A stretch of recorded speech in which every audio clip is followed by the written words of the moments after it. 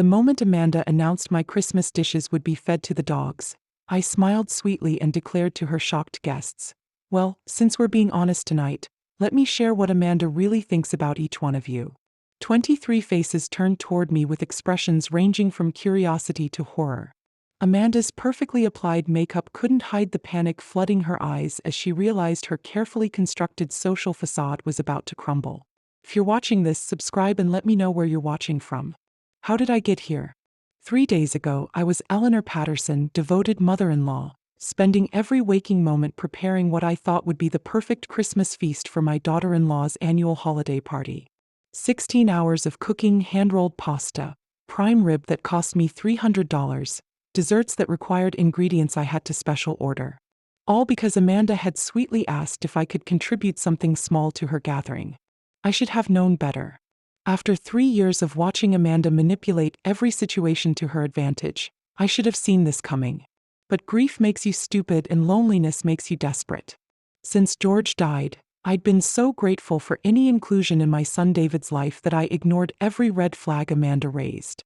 The party was already in full swing when I arrived at 7, struggling through their front door with 3 heavy casserole dishes and 2 dessert carriers. Amanda was holding court near the fireplace, stunning in a red silk dress that probably cost more than my monthly Social Security check. She glanced over as I set my contributions on the dining room table, her expression shifting from annoyance to something I couldn't quite identify. "Oh, good," she announced loud enough for everyone to hear. "George's mom brought food too. We'll have plenty to feed the old woman's dishes to the dogs after everyone's eaten the real dinner." The casual cruelty of it hit me like a physical blow. Not my food, not Eleanor's cooking, the old woman's dishes, as if I was some stranger who'd wandered in off the street instead of the woman who'd helped pay for their kitchen renovation. The guests laughed nervously, clearly uncomfortable but unwilling to challenge their hostess. That's when something inside me snapped. Maybe it was the way Amanda smirked as she said it, so confident in her power over me. Maybe it was remembering how I'd stood over that stove until my feet ached, wanting so desperately to be valued by this woman who'd never shown me an ounce of genuine respect. Or maybe it was the 3 years of swallowed insults finally demanding their due. I set down my purse, straightened my shoulders, and looked directly at Amanda's best friend, Jessica, a real estate agent who'd spent the last hour bragging about her latest sale. "Jessica, Amanda told me just last week that you're drowning in debt from that new house, and that your husband's about to leave you because you're more interested in impressing strangers than taking care of your family." Jessica's wine glass hit the floor with a satisfying crash. The room fell dead silent except for the Christmas music still playing softly in the background. Amanda's face had gone from red to white to green in the span of 5 seconds. "Eleanor, stop," echoes of truth whispered. But I was just getting started. I turned to Michael, Amanda's tennis partner, who was staring at me with his mouth open. "And Michael, Amanda says you have a drinking problem and that your wife only stays with you because she's afraid you'll hurt yourself if she leaves. She also mentioned that you smell like bourbon before noon and that everyone at the club talks about it." Michael's confident smile evaporated. He looked around the room as if seeking escape, but every eye was fixed on him now. His wife Sarah grabbed his arm protectively, confirming what I just revealed. "Mom, please." David's voice came from behind me, but I couldn't stop now. 3 years of being the convenient target for Amanda's cruelty had built up like pressure in a steam engine. I moved to Karen and Steve, the couple Amanda always invited because they threw the best parties in the neighborhood. "Karen, Amanda thinks your marriage is a joke. She told me you only stay together for appearances and that Steve's been having an affair with his secretary for 2 years. She said everyone knows except you." Karen's perfectly composed expression cracked. "What, and Steve?" I continued, feeling almost lightheaded with the power of speaking truth. "Amanda says, you lost most of your retirement money on bad investments, and that's why Karen had to go back to work. She thinks it's hilarious that you pretend to be successful when you're both drowning financially." The party was disintegrating before my eyes. Couples were whispering urgently to each other, some heading for the door, others demanding explanations. Amanda stood frozen in the center of it all, watching her carefully curated social circle implode. But I wasn't finished. Robert and Linda, the older couple from down the street, were backing toward the exit when I addressed them directly. "Amanda calls you two the ancient boring couple and says you only get invited to things out of pity." She told me last month that watching you eat makes her physically ill and that she hopes you move to a retirement community soon. Linda's eyes filled with tears. They'd been neighbors for 8 years, always ready to help with yard work or to accept packages when no one was home. Now they knew exactly what their kindness had earned them. That's enough. David finally found his voice moving between me and his wife. Mom, what's gotten into you? I looked at my son, this man I'd raised to be kind and honest, and saw him preparing to defend the woman who just publicly humiliated his mother. What's gotten into me is 3 years of watching your wife treat me like garbage while you pretend not to notice. Echoes of truth, though it came out as more of a squeak than her usual confident tone. Those are private conversations taken completely out of context. Are they? I asked sweetly, because I remember them quite clearly, word for word, actually. The remaining guests were gathering their coats with the desperate efficiency of people fleeing a natural disaster. Amanda's carefully planned Christmas party. The social event she'd been organizing for months was collapsing faster than a house of cards in a hurricane. David looked between his wife and his mother with the expression of a man watching his life explode in real time. Amanda, is this true? Do you really say these things about our friends? David, you can't seriously believe. Amanda started. But Dr. Peterson, their family dentist, interrupted her. Actually, I've heard her say similar things. He admitted quietly. At the Hendersons' barbecue last summer, I thought it was just harmless gossip. But now he shook his head and headed for the door with his wife. One by one, Amanda's friends were either leaving or confirming my revelations. The beautiful Christmas decorations that had taken her weeks to perfect now looked garish and overdone in the empty spaces left by fleeing guests. How could you know all of this? Echoes of truth demanded, rising to a near shriek. How could you possibly remember every conversation? I smiled at her, feeling lighter than I had in years. Oh honey, that's the thing about being dismissed as a useless old woman. People forget I'm even in the room. You've been saying these things right in front of me for 3 years, always assuming I was too stupid or too grateful to pay attention. The truth was even more satisfying than I'd hoped. I pulled out my phone and held it up so she could see the screen. And I've been recording our conversations for the past 6 months. Amazing what you learn when you start paying attention to how someone really talks about the people in their life. David stared at the phone in my hand as if it was a weapon. You've been recording us? Not us, sweetheart. Her every coffee date, every shopping trip, every time she called to complain about your friends, your neighbors, even your coworkers. I have dozens of hours of Amanda explaining exactly what she thinks about everyone in your social circle. Amanda lunged for my phone, but I was ready for her. I wouldn't do that if I were you. This is just one copy. I've got backups in several very safe places. The few remaining guests were openly gawking now. Phones appearing as people started recording this meltdown for their own social media channels. Amanda's reputation as the perfect hostess was being destroyed in real time. And everyone wanted evidence. Get out, echoes of truth whispered, shaking with rage. Get out of my house right now. Gladly, I said, collecting my purse. But Amanda, the next time you want to serve my food to your dogs, you might want to make sure you know exactly who you're dealing with. I walked out of that house feeling like I could fly. Behind me, I could hear Amanda screaming at David, demanding he choose between his wife and his mother. For the first time in 3 years, I wasn't worried about his answer. My phone started ringing before I'd even made it to my car. Text messages were pouring in from numbers I barely recognized. Apparently, several people at the party had shared videos of Amanda's meltdown on social media, and the story was spreading faster than I could have imagined. The first call was from Jessica, the real estate agent whose marriage I'd exposed. Instead of anger, her voice was filled with something I hadn't expected. Gratitude. Eleanor, I need to thank you, she said, barely holding back tears. You just saved my life. I had no idea people knew about our problems, and I certainly didn't know my own friends were gossiping about my marriage falling apart. Jessica, I'm sorry if I hurt you, but no, you don't understand. Mark and I talked for 4 hours last night. Really talked for the first time in months. We're going to counseling and we're going to figure this out. But if I'd kept pretending everything was fine while people like Amanda were laughing behind my back, she wasn't the only one. Over the next 2 days, I received similar calls from Michael, who was checking himself into rehab, and Karen, who was finally confronting her husband about his affair. Even Robert and Linda called to say they were glad to finally know where they stood with their neighbors. Not everyone was grateful, of course. David showed up at my apartment on the 3rd day, his face drawn with exhaustion. Mom, you destroyed Amanda's entire social circle. She's barely speaking to me and the kids are asking why Grandma made Mommy cry. I poured him coffee from the pot I just made, noting how he automatically sat at my kitchen table the way he had as a child when he was upset. David, I didn't destroy anything. I just revealed what was already broken. But why now? Why did you have to humiliate her in front of everyone? I set his mug down carefully, buying myself time to find the right words.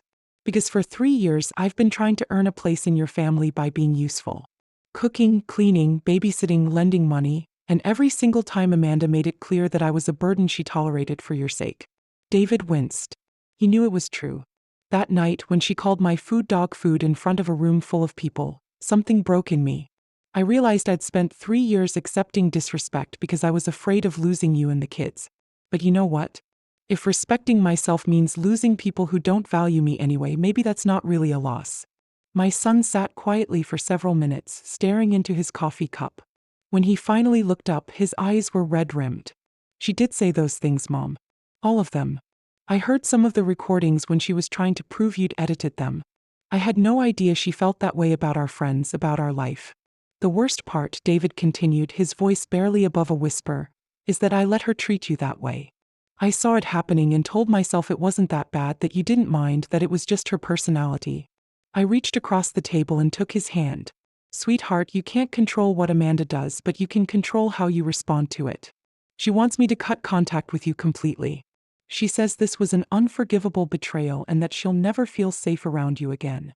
The words hurt, but they didn't surprise me. Amanda had always been an all-or-nothing person when it came to control. And what do you want to do? David was quiet for so long I thought he wasn't going to answer. Finally, he said, I want my kids to know their grandmother. I want them to learn how to cook from you the way I did. I want them to understand that family doesn't get to treat each other like garbage just because they think they can get away with it. Relief flooded through me, though I was careful not to show it. That's going to be hard on your marriage, maybe. But you know what I realized listening to those recordings? Amanda doesn't just talk about you that way. She talks about everyone that way, including me.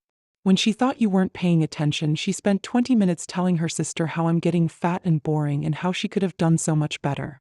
That surprised me. I'd always thought Amanda genuinely loved David, even if she treated everyone else poorly. I'm sorry, honey.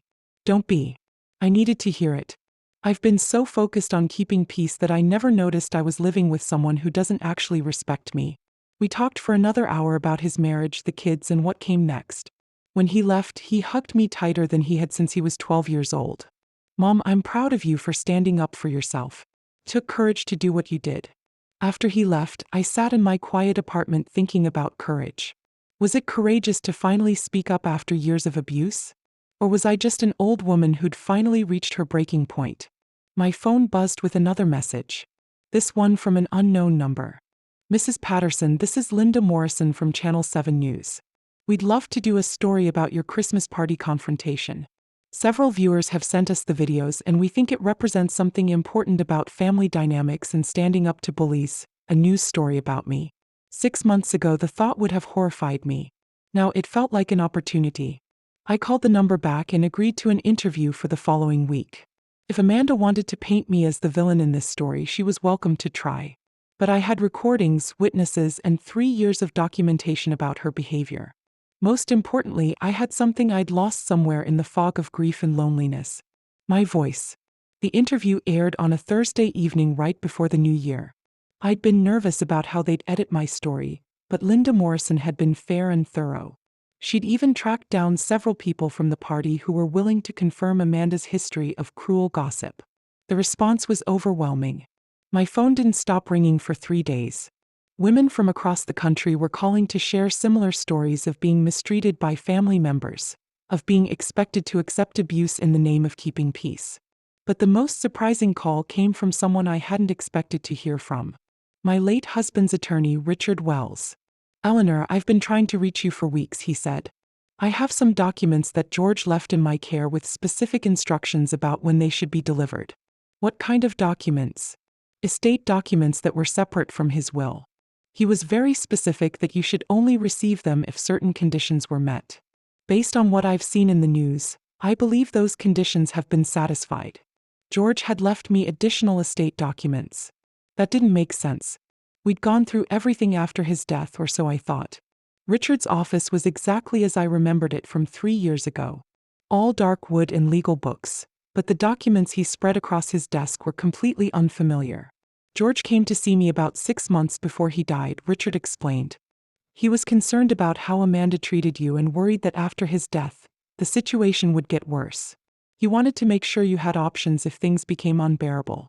I stared at the papers, trying to process what I was seeing. Trust documents, property deeds, investment accounts I'd never heard of. George had been quietly moving assets for several years, creating a separate trust that Amanda and David knew nothing about. He left instructions that these documents should only be given to you if you demonstrated the courage to stand up for yourself against family abuse. The numbers on the pages made no sense. According to these documents, George had left me not just the modest life insurance policy I'd been living on, but assets worth nearly $2 million. He was monitoring Amanda's behavior toward you for years, Eleanor. He documented incidents, saved voicemails, even recorded some conversations. He was building a case to protect you, but he died before he could put his plan into action. My hands were shaking as I flipped through page after page of evidence. George had known. He'd seen what I was too lonely and grief-stricken to acknowledge. That Amanda was systematically isolating and demeaning me. The trust documents include a very specific clause, Richard continued.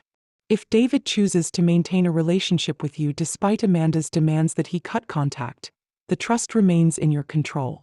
But if he allows his wife to completely cut you out of their lives, the trust dissolves and the money goes to charity. George was testing David, he was protecting you both. He knew that Amanda's true nature would eventually be revealed, and he wanted to make sure David had the strength to choose family over convenience when that moment came. I thought about my son's visit 3 days ago. His decision to stand by me despite his wife's ultimatum. George would have been proud. But there was more. At the bottom of the stack was a document that made my breath catch. A detailed plan for what George called Operation Truth, complete with instructions for documenting Amanda's behavior and strategies for exposing it when the time was right. My late husband had essentially written the playbook for everything I'd done at that Christmas party, right down to the importance of having recordings as evidence. I wasn't just a grieving widow who'd finally snapped.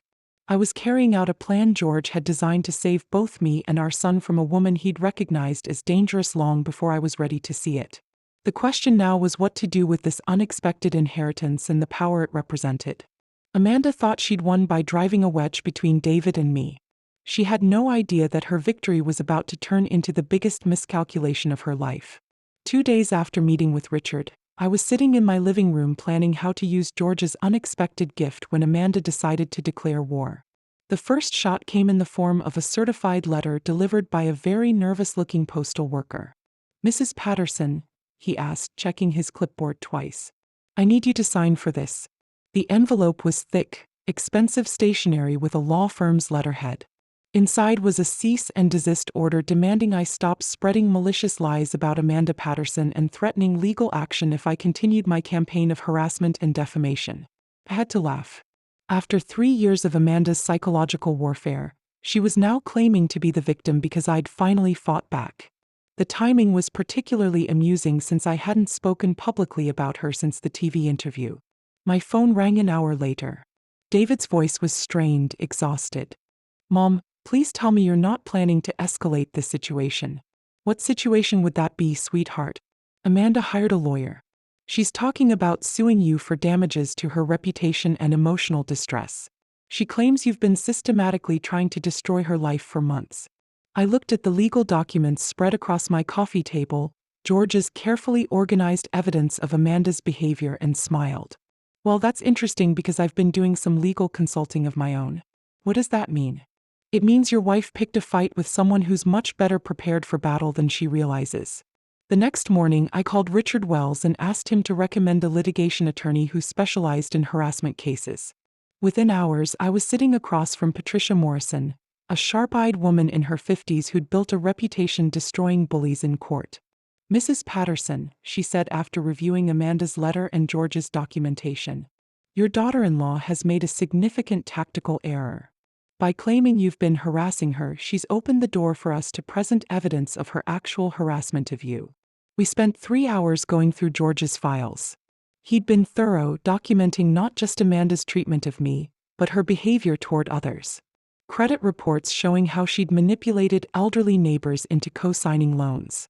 Social media posts she'd deleted where she mocked family members.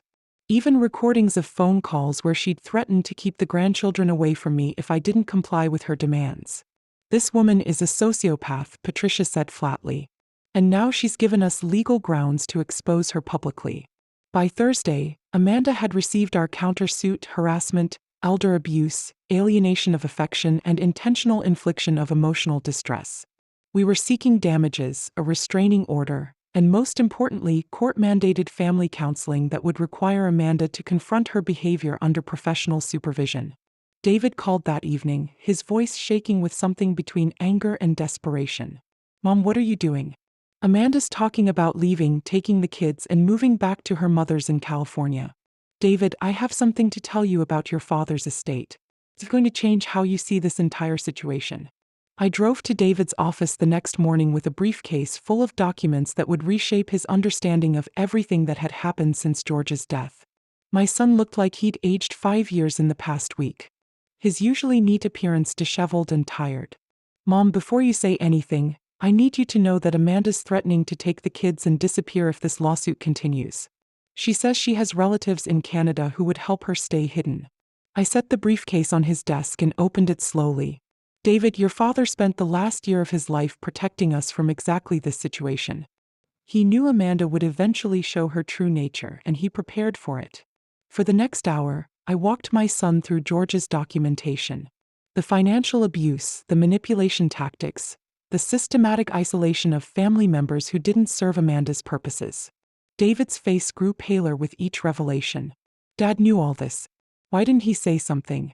"Because he knew you wouldn't have believed it until you were ready to see it yourself. George understood that Amanda's control over you was psychological and that breaking it would require you to witness her behavior firsthand." The most damaging evidence was a series of emails between Amanda and her sister discussing how to manage me after George's death. They'd planned to gradually isolate me from the family while extracting as much financial support as possible. There were even discussions about having me declared incompetent so they could access my bank accounts. "She was planning to have you committed." "Have you, Mom?" "Eventually, yes. Once she'd gotten everything she could from me financially, and I became too much trouble to manage." David sat in stunned silence, processing the betrayal. His wife hadn't just been cruel to his mother. She'd been systematically plotting to destroy me while pretending to care about family unity. "There's more," I said gently. "George hired a private investigator to look into Amanda's background before your marriage. He was concerned about some inconsistencies in her stories about her past.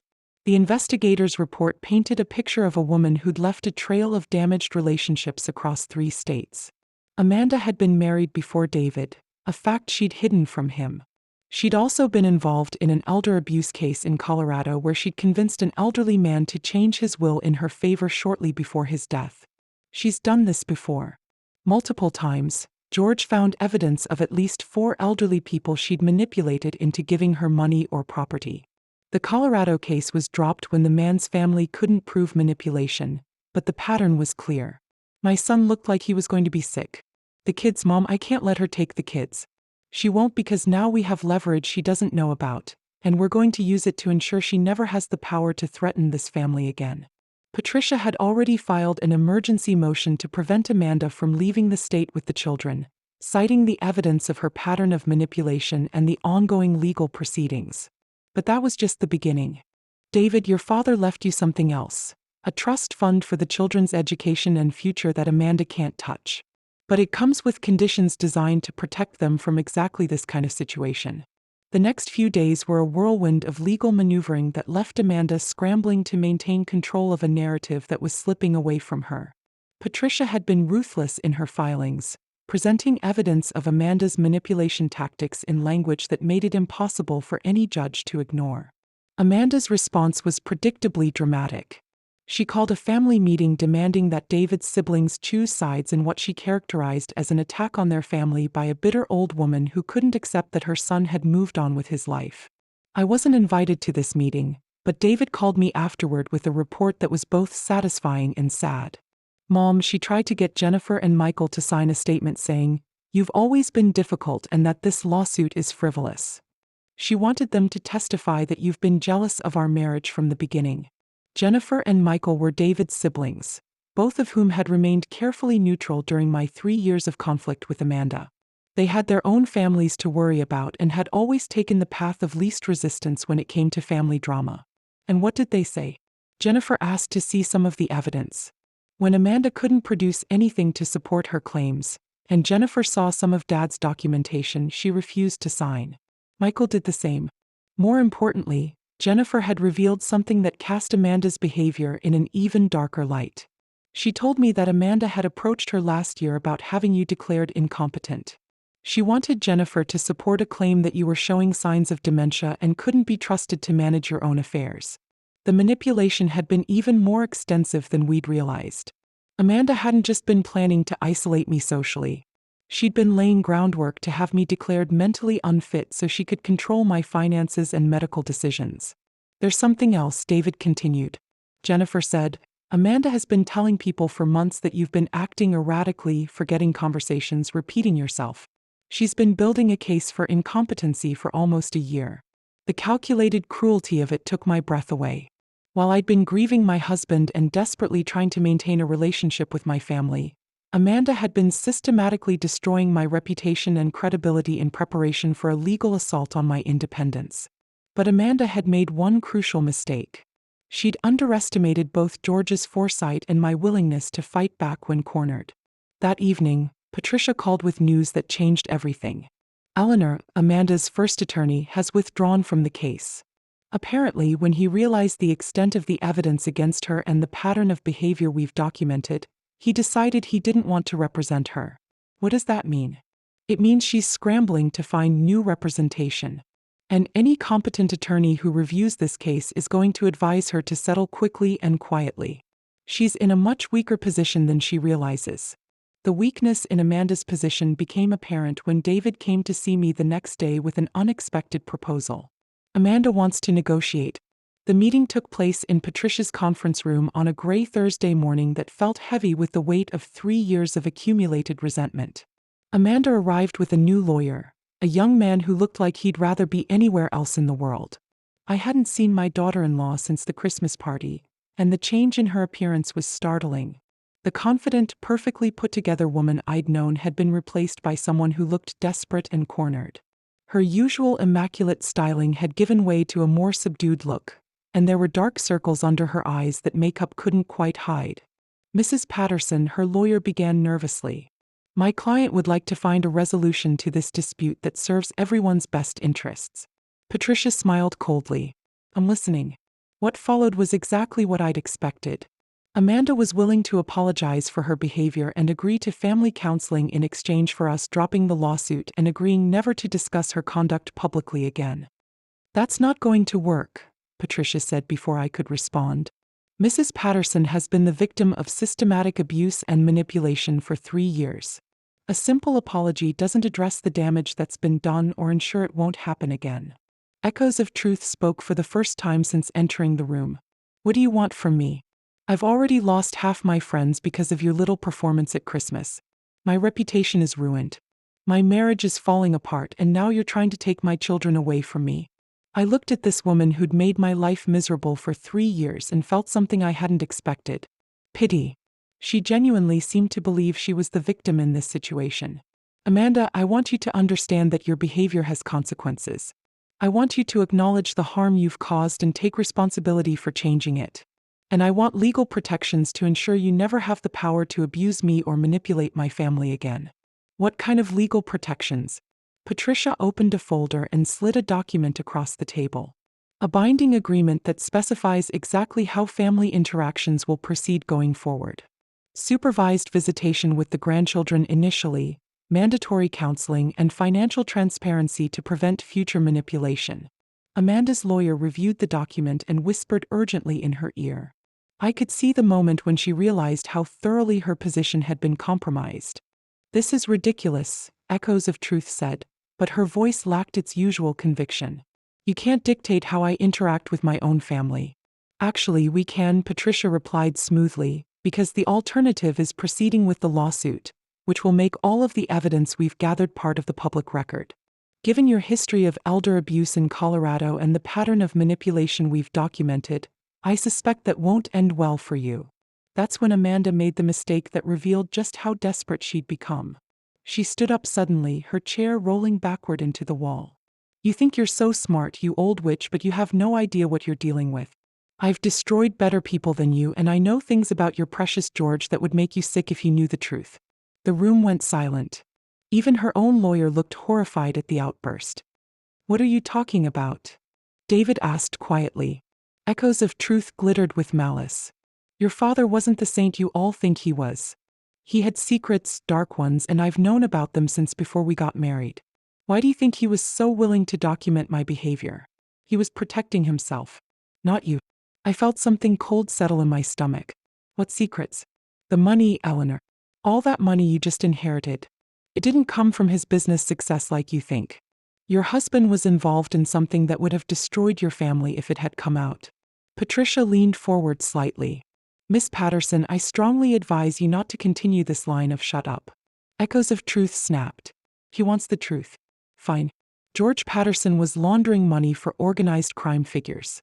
That business he was so proud of, it was a front. Every dollar you just inherited is dirty money from drugs and illegal gambling operations. The silence that followed Amanda's revelation stretched until it became uncomfortable.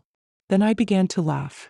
It started as a quiet chuckle, but grew into full-bodied laughter that made everyone in the room stare at me like I'd lost my mind. Amanda's expression shifted from triumph to confusion as I laughed harder than I had in years. Oh, Amanda, I finally managed to say, wiping tears from my eyes. You really have no idea how thoroughly you've been outplayed, do you? I opened my purse and pulled out a thick manila envelope that Patricia had given me that morning. David, sweetheart, there's something about your father I haven't told you yet.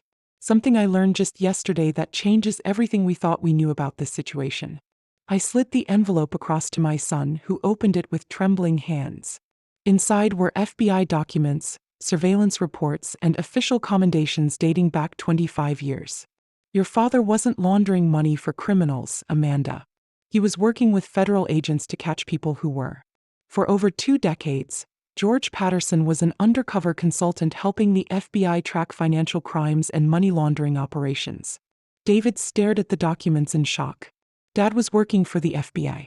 He was recruited in 1998 when his business accounting firm accidentally uncovered a money laundering scheme.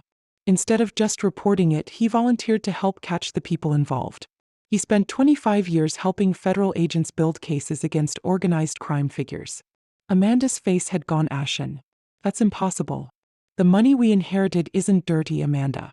It's reward money and consultant fees from helping the government recover millions of dollars in criminal assets. Every penny is not only legal but represents your father's service to his country.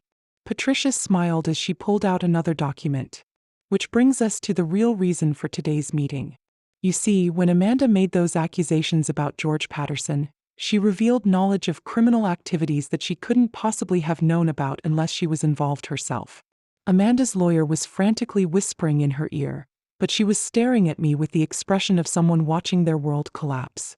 The FBI has been investigating the Colorado money laundering case that Amanda was involved in 3 years ago. They've been building a case against a network of people who target elderly individuals for financial manipulation. Amanda's name has been on their radar for quite some time. I looked at my daughter-in-law with something approaching satisfaction when you threatened to expose George's criminal activities. You revealed that you know details about money laundering operations that only someone involved in criminal financial manipulation would know. You essentially confessed to federal crimes while trying to threaten me. I never said I was involved in anything. You knew specific details about money laundering techniques and referenced criminal organizations that haven't been made public. The only way you could know those details is if you've been part of similar operations yourself. Patricia opened her laptop and turned it toward Amanda. We've been recording this meeting and everything you've said is being reviewed by federal agents. The patterns of elder abuse, the financial manipulation, the systematic targeting of vulnerable individuals, it all fits the profile they've been developing. Amanda's lawyer stood up abruptly. This meeting is over. My client won't be saying another word without a federal defender present.